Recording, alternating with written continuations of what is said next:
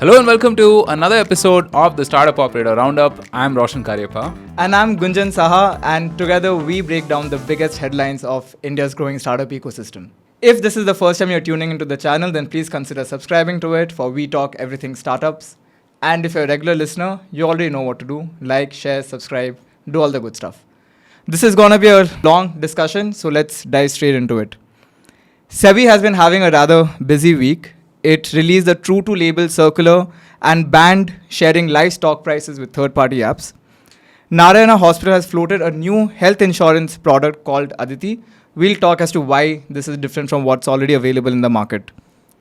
The Koo app, which was launched during the Chinese app bans in India and promised to be a Twitter alternate, is shutting down after acquisition talks have failed.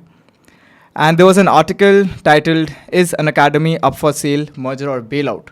We find that out in our conversations. On the other side, Reliance Retail is set to relaunch Shein, which is a Chinese brand in India. Swiggy rolls out a new feature for users to share food recommendations. And Peak 15 reportedly has over 16,000 crore rupees of dry powder and wants founders to focus more on AI. Then we have Amitabh Kant, who is saying that India should evolve beyond application-based layer and offer end-to-end AI capabilities. And DPIIT is making a case for the removal of angel tax. So a lot of interesting topics to discuss. Hope you enjoy the conversation.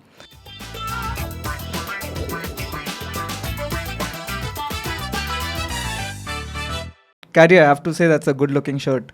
Hey, thanks, man. I mean, this is a batik from Indonesia. Okay. It's their traditional dress. And shout out to Lydia. Thank you so much for gifting me this shirt. Quite a few other gifts as well. We have the Modi ji bobblehead on the table, right? So he's there for support. And I have the latest edition of Dad Jokes by @DadSaysJokes. It's an Instagram sensation apparently, and it's a best-selling series. So yeah. Why don't you read a few jokes from there? You know, my wife and I were having a tender philosophical moment. We were talking about life and such, as you do, right? And I told her she really has to embrace her mistakes. She gave me a hug. All right, after that, I think pretty much everything would be, more interesting in relative comparison. I ended my stint at Waymo last week, the end of 7 long years. Yeah. Gosh, I mean, time flies, man. Really, time flies when you're, hanging out with the best crew ever. Hey, right? thanks. So, yeah. Shout out to my Waymo fam. Right? Thanks for all the lovely memories, and hope we work together again. Yeah. So let's get started. What's this news about SEBI? Oh yeah, SEBI has issued a new circular which mandates all market infrastructure institutions, which includes your brokerage firms and whatnot. According to the circular, the MII, which means the market institution instrument charges, which are to be recovered from the end client, should be true to label. That is, if certain MII charge is levied on the end client by members, which is stockbrokers, depository participants, and clearing members, it should be ensured by MIIs that the same amount is received by them. And the charge structure of the MII should be uniform and equal for all its members instead of the ongoing slab-wise structure, which is dependent on the volume of activity of the members. Now, this is interesting for a couple of reasons. This was indeed a big revenue stream for brokers, and this is a practice followed by a lot of markets as well. But now that the revenue stream is going away, the charge is most likely to come to end customers. Yeah, look, I mean, we're in the zero brokerage era, right? I mean, pioneered by the likes of Zerodha, and they don't charge on any equity investing and so on and so forth. They charge on trades.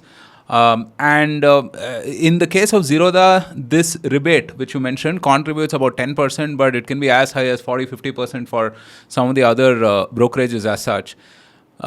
So effectively, this will end the zero brokerage era, right? I mean, people are going to charge a transaction fee, right? I think the SEBI had the right interest in mind, in the sense that they definitely want to curb down the option trading volume, right? Which poses a huge risk. to the market, and I mean there are so many of these statistics that less than 1% of traders actually make any money, right? So SEBI is very conscious of that and want to protect retail investors. But over the years, we've seen that retail has significantly come into this whole option trading business, right? So it's a move for that, because earlier the brokerages would show these volumes to the exchange and make that money, right? I mean, now with this fee of almost like a standard price on everything, the volumes are immaterial basically, right? So they're trying to I mean, this is gonna hurt the brokerages for sure in the interim period, and we might also end up paying a little more for the brokerages that we work with. So I was that we use basically. I was going through the Nikhil Kamat's Twitter thread, right? And some of the tweets mentioned that it's great that SEBI wants to level the playing field among brokers. But when brokers are making a profit, they kept it to themselves. And when the stream is gone, they'll convert it to a cost and pass it on to customers. Yeah, of course, right? I mean, they need to make that money somehow.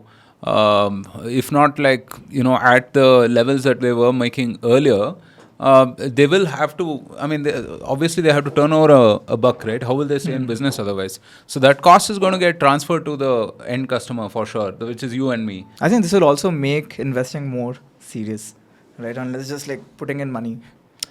See, that is what the government and SEBI and everyone wants to encourage, right? Which is like serious equity investing. Right, and they want to discourage this intraday trading and options and commodities, futures, all of those stuff, right? I mean, they want to discourage those things and really encourage long-term equity investing. But to be fair, I mean, it's all of these numbers will grow, right, with time. I mean, and you're seeing how many of these influencers and so on and so forth, I mean, have like simple ways to trade and so on and so forth on YouTube, right? So I don't think we were, kind of prepared for this influencer world as such, right? Even now, I mean, I think the most popular ads on YouTube are all of these like make $10,000 on the stock exchange and make this, make that, whatever, right? So, yeah. Okay. Savdhan rahiye, satark rahiye. Exactly. But again, to make things more, safe for the retail investors, SEBI has also banned stock exchanges and depositories from sharing real-time stock price data with third-party apps that offer virtual stock trading services or fantasy games based on stock market movements. SEBI is concerned that these virtual trading apps could lead to risky behavior and unrealistic expectations from the stock market, especially when they move from fantasy and involve real money rewards. Regulator says if the data is used for educational or entertainment purposes without monetary incentives, it may be allowed with a 1-day delay.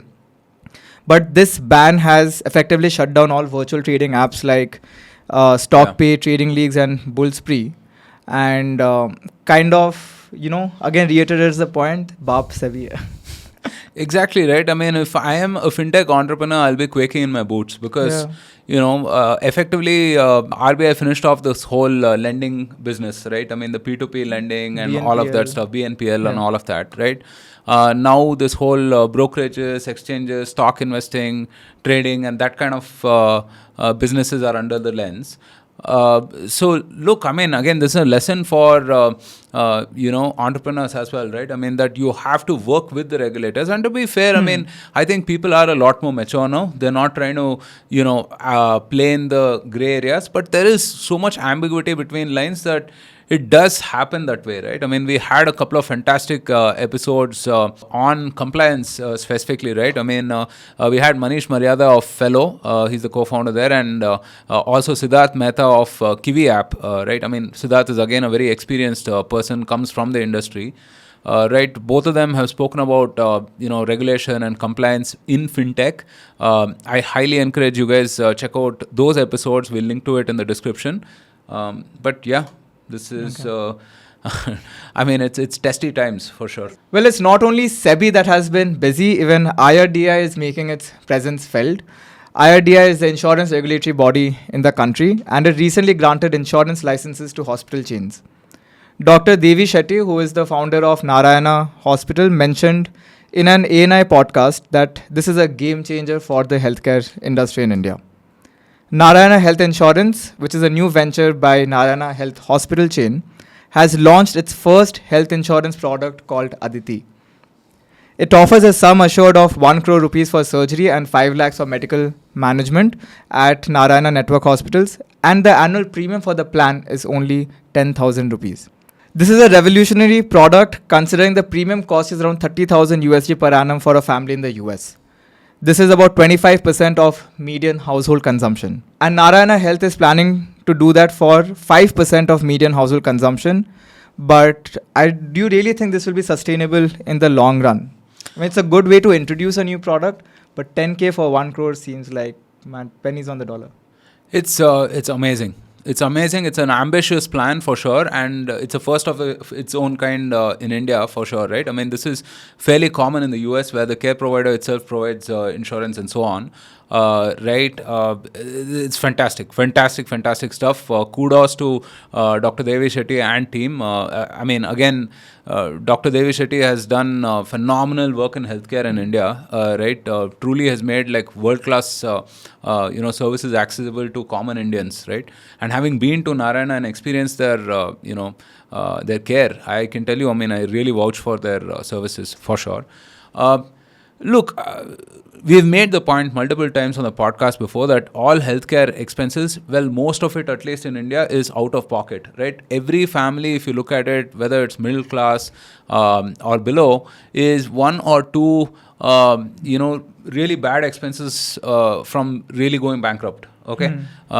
So this 1 crore plan is a phenomenal value for money, I would say. Right now, there are a couple of restrictions. I think one, it's only restricted to the Narayana Hospital network. They plan to add other large hospital chains as well and increase their coverage.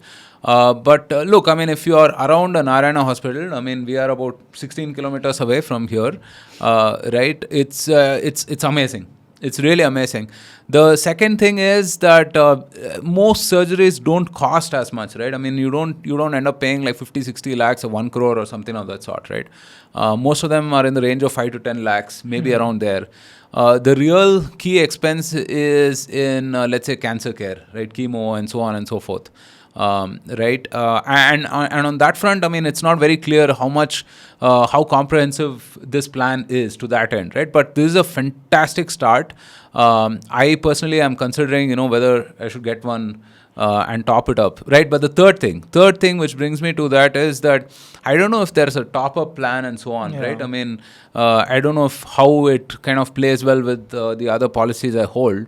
They're also not going through intermediaries, they're going directly, right? So which means that if you're using one of these Plum or Loop or whatever else, right, or something else to manage your insurance policies and care and so on and so forth, you might likely not find Narayana integrated with them at this point, right? Maybe in the future. So it's a very ambitious plan, phenomenal first step, and kudos to IRDAI also, right? I mean, they're doing amazing work, like amazing work. See, one thing I can tell you is the regulatory bodies in India, whether it's the RBI or IRDAI, etc., they're very forward thinking, right? They're being super innovative, and really kudos to them, I would say. Yeah, I think the primary job for regulatory bodies is not to introduce more regulations, but rather uncomplicate and simplify them, right? And this is exactly what they're doing. Yeah, I mean, look, fintech in general, right? Financial services, operating in the gray area is a risky business, right? Because we've just seen what's happened, when these laws and regulations come in place. So I think regulatory bodies should definitely work along with the industry and chart out the path, right? I mean, give a roadmap in terms of, what they're thinking of ahead, what their core priorities are, and so on and so forth. IRDAI is very clear. They want to increase insurance penetration, right? And so that's why, I mean, they're open to these other formats and so on and so forth to increase that kind of penetration, right? I mean, in India, I think the penetration is about 15%, right? Maybe 15-20%. And if you remove this group health and whatnot, I mean, it'll come down even lower, right? So it's good. It's phenomenal stuff. And I think I might get one. Do share your reviews. All right. Last week, Koo also announced that it's shutting down due to financial difficulties and an unpredictable market. The reasons for their closure is failed partnership talks and high technology costs. The company started laying off a significant part of its workforce in April 2023. At its peak, Koo had around 2.1 million daily active users and 10 million monthly users, including over 9,000 VIPs. Well, we all know that there is no playbook for how to grow a startup, or what specific reasons startups fail. But I think Koo was a really interesting story that we followed.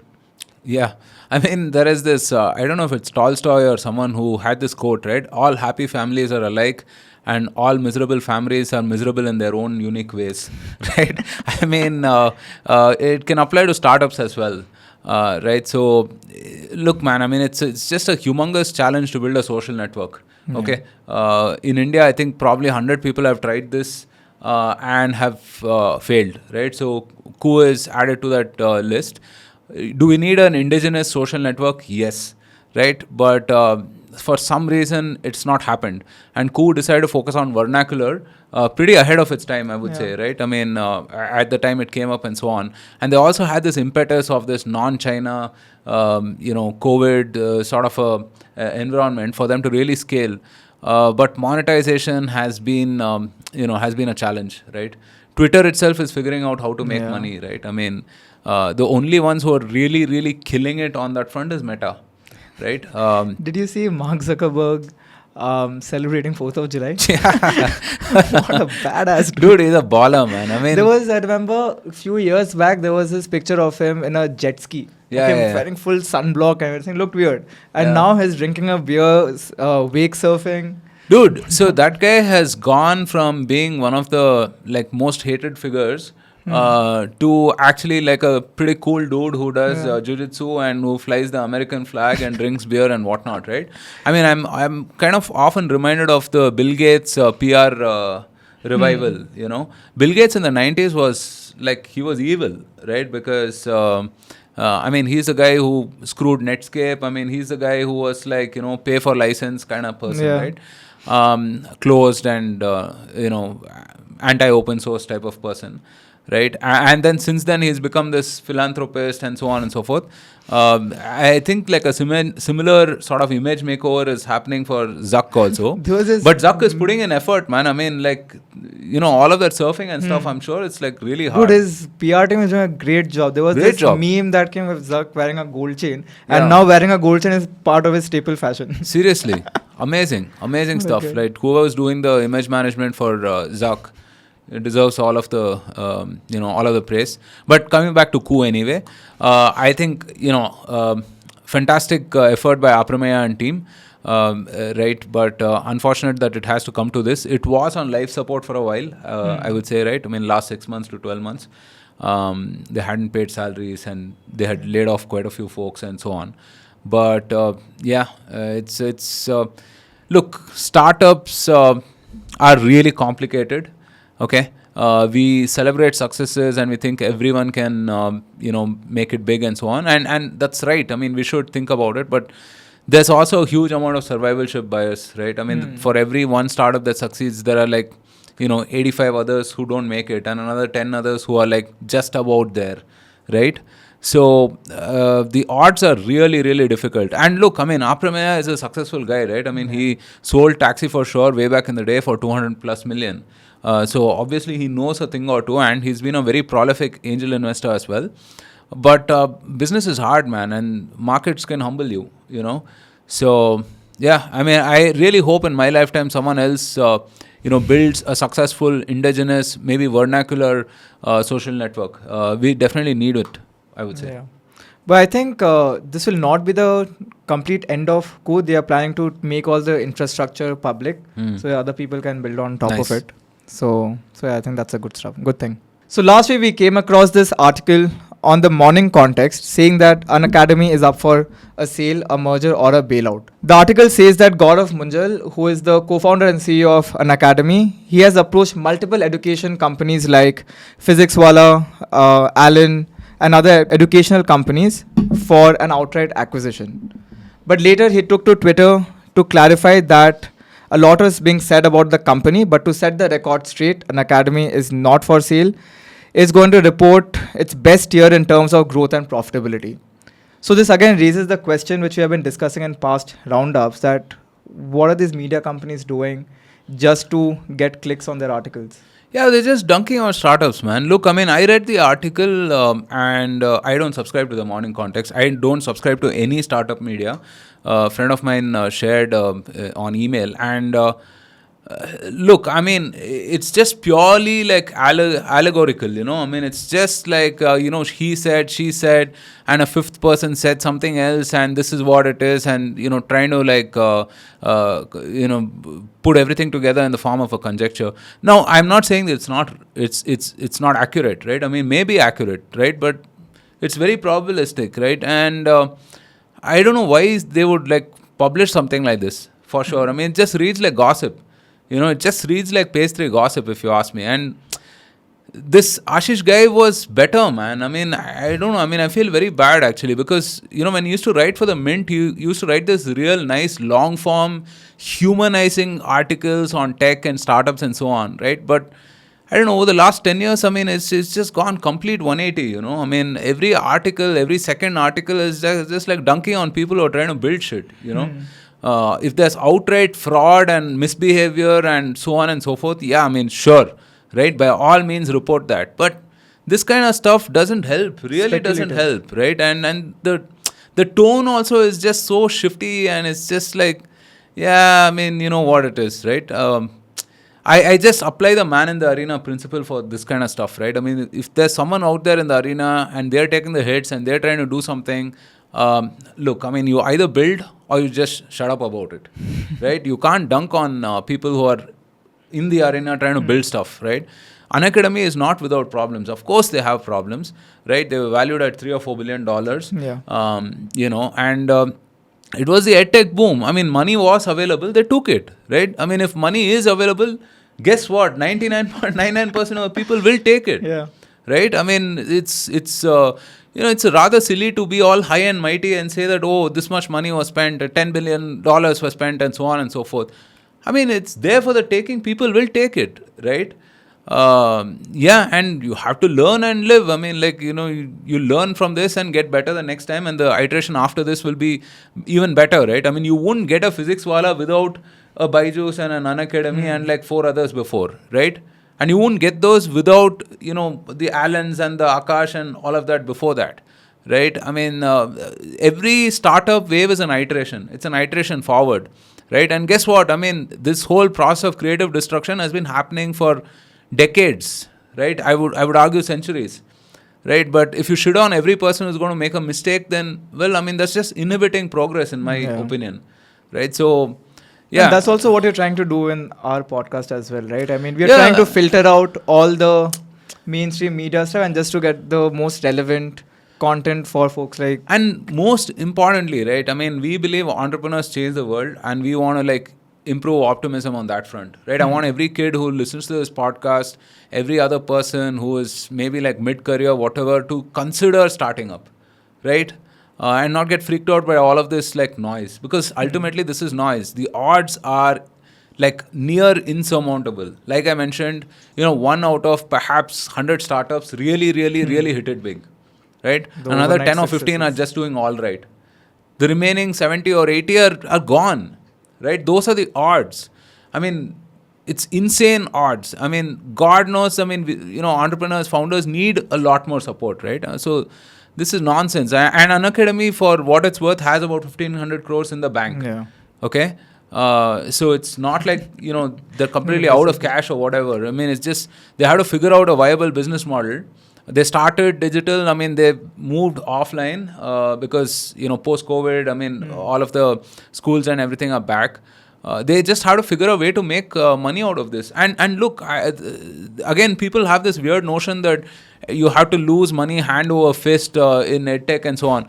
Mega fortunes have been built in education. Mega fortunes, right? You take top 50, top 100, richest folks in India, and you subtract all of these, manufacturing guys who are like in, steel, aluminum, all those kinds, right? You will find a lot of educationists, right? A ton of people have made money in education. So, and coaching is a net positive business, right? I mean, what do I have? I mean, if I get 4 students here, I mean, I'll be net profitable, right? So it's just a question of reorienting that business model. And I think, look, all the best to Gaurav and team. I hope they keep at it. Either which way, right? I mean, whether they get acquired or they go on to do something else, I mean, all the best to them, man. Yeah. So, folks, be careful from where you get your news updates from. Okay, let's talk about Reliance, but this is not from a wedding perspective. Reliance Retail Ventures is planning to relaunch Shein, which is a company that got banned in India because of its Chinese ties. The new operations will be managed by a company that is wholly owned by Reliance Retail, and Shein will be receiving a license fee based on the Indian firm's profit. Shein was banned in India in around 2020 due to geopolitical issues, but now the platform and servers will be exclusively hosted in India, and Shein will have no access or rights to customer data. In fact, they'll be paid only when the subsidiary of Reliance will be churning profit. While this is a good move, I think the biggest impact will be felt by the likes of Nykaa, Myntra, and other fast fashion, affordable fashion companies. But this also means it will benefit the end customers because these companies will again need to reevaluate how they are going to churn out profits while lowering profit margins. In other news, Swiggy has rolled out a new feature for its users, and I think this is a very important feature, right? It's a feature that allows users to recommend dishes and restaurants to others. Wow. So it's basically sharing. It's basically sharing. Wow. But that aside, there's also a report by Swiggy itself saying that the food delivery market is likely to surge by 3.2x by 2030. The Indian food delivery industry is projected to grow at a CAGR of 18% from 66,000 crore rupees in 2023 to over 2 lakh crores by 2030. Now, of course, all of these features by Swiggy will definitely help to get more people to try out new places. But this food delivery market, right? I mean, right now, Ola has started with the ONDC delivery. We have the likes of Zomato, Swiggy. Do you think we'll see more players here, or there'll be some consolidation, or what exactly is going to lead to this 3x growth? It's tough to say, right? I mean, we thought the ride-sharing business was going to be a monopoly business, right? I mean, between Uber and that time, I think Taxi for sure and Ola and so on, right? But with Namayatri and so on, there is hope that, someone else might come in and kind of make a decent-sized business in this space, right? I'm not sure, how things are going to work out with the Swiggy and Zomatos of the world, right? There hasn't been a significant scalable alternative yet, right? But I won't rule that out, Of course, I mean, building all these restaurant relationships and then integrating the technology, so on and so forth, is tough, right? Guys, check out this app startup called Urban Piper. I mean, they do this restaurant backend integration for Swiggy, Zomato, all of these folks, so that it's completely plug and play for restaurants, right? I mean, they don't have to do one thing for Swiggy, one thing for Zomato, and something else. Right? Incidentally, Swiggy and Zomato have both invested in Urban Piper, right? So, yeah, I mean, let's see what really happens going forward. Well, I think the best as an Indian consumer, you'll only go to those aggregators that offer the cheapest price. And right now, Ola is doing a great job at it. Yeah. Everything is for 50% off. Really? Yeah. Oh, I haven't checked it out. Ola food app. This whole food delivery space itself is going to grow insanely. That's what the Swiggy report says. But, I mean, if you look at China, for instance, it's probably 50% of the market, right? And India is headed that way. There are less and less people cooking at home, more people ordering out. Right, more discretionary income, more aspirations, so on and so forth. So it is going to rise for sure. Okay. Peak 15 has said that they have around 16,000 crore rupees in dry powder, and they want more founders to focus on AI. This is based on an interview with Rajan Anandan, who is the managing director of Peak 15 Ventures. Peak 15 has invested in close to 25 AI startups in the past 1.5 years. And some of the notable investments like 10.5 million in Cloud Physician, 7 million in Orbit Shift, 105 million in Atlan. So they're really going big on AI. But this kind of reminiscent of the boom we saw in 2019-20 with crypto, Web3 startups. So do you think this could be another bubble? Look, with $2 billion of cash to invest in India and Southeast Asia, I mean, you need every kind of startup, right? Honestly, there aren't that many startups, so I don't know. I mean, it's a humongous challenge investing this money in the next 4 or 5 or 6 years, even, right? So it's going to be a tough ask for sure, right? My hope is that there'll be more deep tech, manufacturing, those kind of startups as well, right? I mean, building some real IP for India. More money is good. Absolutely good. I mean, definitely more money in the ecosystem means that more people will try this out, right? And overall, I mean, will progress. So, yeah, good But stuff. India has the potential for scaling this, right? I mean, Anandan also says that 20% of global AI researchers are of Indian origin, but they're mostly based in the US. So there is a big need to attract this talent back to India. Yeah. And even Amitabh Kant, right, who is the G20 Sherpa and former Niti Aayog CEO, he's saying that India generates 20% of global data but has only 2% of the world's servers and less than 2% of the global computing capacity. The number of AI projects on GitHub by Indians account for 19% of worldwide initiatives. So there's a lot of potential. And while, yes, as an investor, they do have a time frame to start generating returns, but $2 billion in a 6-7 year time frame, that's like a tall ask, despite the potential in the country. Yeah, for sure. I mean, like I said, there aren't that many investable startups, if you ask me, right? So it's going to be interesting to see how this kind of pans out. We definitely have the developer talent, right? We just need the resources to sort of be able to build scalable businesses. And I think we're getting there. So even the government is doing its bit, right? A few weeks back, they announced they'll be procuring 10,000 GPUs in the next 18 months and build an AI computing capacity for people to, rent out in a way. Yeah. So, definitely an interesting space too. We definitely have to encourage college entrepreneurs, right? I mean, folks out of college, the first choice should somehow become entrepreneurship, right? Because, again, very low risk, you can fail in your early 20s, right? Hopefully. And you learn a ton out of this whole startup experience that could be useful for your career going forward as well. So, yeah. Okay.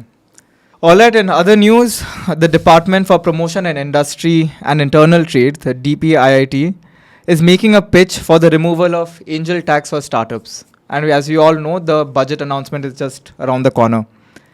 Angel tax refers to the income tax levied by the government on funding raised by unlisted companies on startups that have valuations exceeding the fair market value. But, this has been a big ask from the startup community for years now. And the final decision rests with the finance ministry. Yeah. I mean, it's tough, man. I mean, look, who determines fair market value? And also, how do you tax unrealized returns, so on and so forth, right? So I mean, we've spoken about angel tax multiple times before. I mean, it's definitely draconian. It has to be done away with. It's just taken a long time for us to get to this point. But hopefully there's enough consensus at this point, right? So, yeah. But will the government let go of a big revenue stream? It's not a big revenue stream, and they will let go of it. Okay. Yeah. We'll see for the budget to be announced. Here's a quick recap of all the notable fundraisers from the week. Topping the list was Purple, which is a e-commerce company. They raised $120 million in a Series F funding round. Along with that, we also have EV startup Matter that raised $35 million and agritech brand Arya.ag that raised $29.2 million. On the early stage deals side, we have 20 startups that secured funding worth $36.13 million during the week. So we're seeing steady growth in the number of fundraisers, but nothing like what we've seen in the past years. Yeah, Purple is an interesting story. I mean, we should definitely host the founder sometime. Right, 120 million is a significant raise at this point of time. We're seeing some of these growth rounds come in at this point, right? I mean, whether it was Oyo earlier or Purple and so on. I think funding is happening at the extremes, either at the early stages or at the growth stage, right? People in between are getting like clobbered. No, they're talking about profitability. Exactly. Yeah. So on Twitter, we are following this page called Startup Archive, right? And they find some really interesting videos from the past. Last week, they posted this video of Mark Zuckerberg explaining the importance of option value and flexibility before starting a company. Sounds complex, but the message is simple. Take a listen. That you want to start a company before you understand what you want to do. I know that's different from your philosophy on this. No, believe me, I wish we would get more people who where the company started them rather than vice versa. This gets back to the question of why did we first open at colleges that had competitors? I have this big fear, I think, of getting locked into doing things that aren't actually the most impactful things. I mean, to me, this is like the trait that entrepreneurs have, is they just have this like laser-like ability to go find where they can have the most impact. And when you take on a new project, especially if you hire people or start a company, you're doing that project. There are obviously different ways that it can exit and all that, but I think having the flexibility to explore a lot of different things, which you can do when you're in college, which is one of the amazing things about being in college, is you can work on all these hobbies and code a lot of stuff and try a lot of different things. It's this amazing flexibility that I think most people take for granted. And once you decide, okay, I'm going to start a company and I'm going to do it with someone else, you immediately now need to convince someone else if you want to change your mind on something. And I think people really undervalue the option value and flexibility. I think explore what you want to do before committing is really like the key thing, and keep yourself flexible. You can definitely do that within the framework of a company, but I think you have to be... Yeah, fantastic. Simple message, right? I mean, wanting to start a company is different than actually finding something to solve. I think the important message there is not to start up just because you want to start up, but rather be compelled to start up, right? And I feel like, if you've not got that idea, there is a certain, way to sort of triangulate towards that. Paul Graham has this wonderful essay on how to start up, right? Or how to find an idea or one such thing, right? I mean, we'll link to it in the description. Do check out that fantastic essay by Paul Graham. But wait for it. And usually when it happens, I mean, you'll know, right? I mean, it's so compelling that you want to start something. And also, I mean, don't think of a company upfront. I mean, it could just be a project, a side hustle, which can then grow into a company, right? Because a lot of the times, I think, especially if you're early in your career and so on, you don't have to go all in and so on, right? Try out a few things, tinker, get a feel for how things are, and then let it grow into it, So a fantastic, message by Zuck. Right. And there's another tweet we came across, right? It's a news clipping that reads, "Marriage optimized. San Francisco couples work out their issues with offsites, performance reviews, and whatnot. They are using tech to level up their love." So Alex Cohen tweeted, "My wife and I have been happily married for 5 years.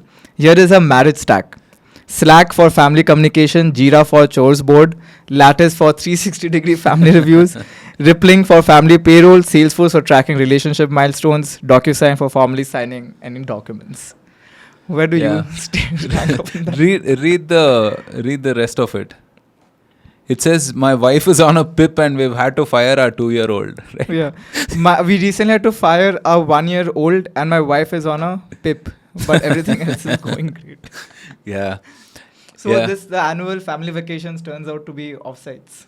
Yeah, I mean, it's crazy, man. It's so hard to differentiate like real news from satire, actually. But I do know folks who are religious about all this stuff, right? I mean, they apply all these work principles to relationships and so on, and there's certain value to it. I mean, I do follow a calendar. Right? I mean, I do set aside time for chores and whatnot, but I haven't reached lattice levels yet, right? Or rippling, God forbid. So, yeah, interesting. No, I think the biggest value which I get from tech is using a Notion board to coordinate with my flatmate that, okay, what's going to be the weekly meals to have. I think that's helpful. All right. All right, folks, that's it for this roundup. It was a rather longer one, but hope that you had some interesting takeaways from it. Do leave your comments, and wait, I think before wrapping up, there's one message which I'd like to read out. Oh yeah. We got this on our email last week from Coder Bhuvan. Coder Bhuvan, thank you for your message. He says that I just had to reach out and express my utter amazement at your content on startup culture. It's incredibly refreshing to hear such insightful and inspiring takes on the journey. Your content is exactly what I needed to hear right now. It's reinvigorated my own entrepreneurial spirit and filled me with fresh wave of enthusiasm. Keep up the phenomenal work. Wow. Thanks, Bhuvan. This was a great thing to read, man, in the morning. Yeah. Usually when someone starts with those 1 or 2 lines, I mean, I am half expecting they're selling something to you, right? I mean, but yeah, this was awesome. Yeah. This was awesome. Thank you so much, Bhuvan, for your support. A lot of you write to us, asking how you can help and so on and so forth. Just share this with your fellow startup operators, friends, family, whoever else you think could be interested in this kind of stuff. Yes, we don't have 100,000 subscribers as yet, but we'll get there with your help. We're trying to improve production, distribution, all other facets of this thing, right, while staying true to our core, right? I mean, we want to have nice long-form conversations on startup building. That's what we want to do, and that's what we've been doing. So, yeah, with a little bit of help from you, we can get there and get to that next level. Now, before we leave, folks, right, I mean, I think we should end with a joke or something, right? Dad jokes. So, I trapped a couple of vegan burglars in my basement. At least I think they were vegan. They kept shouting, lettuce leaf. Alright, guys. Hope you have a better week than this joke. Be back again next week for more interesting takes on what's happening in the Indian startup ecosystem. Take care. Have a great week. Cheers, guys. Bye.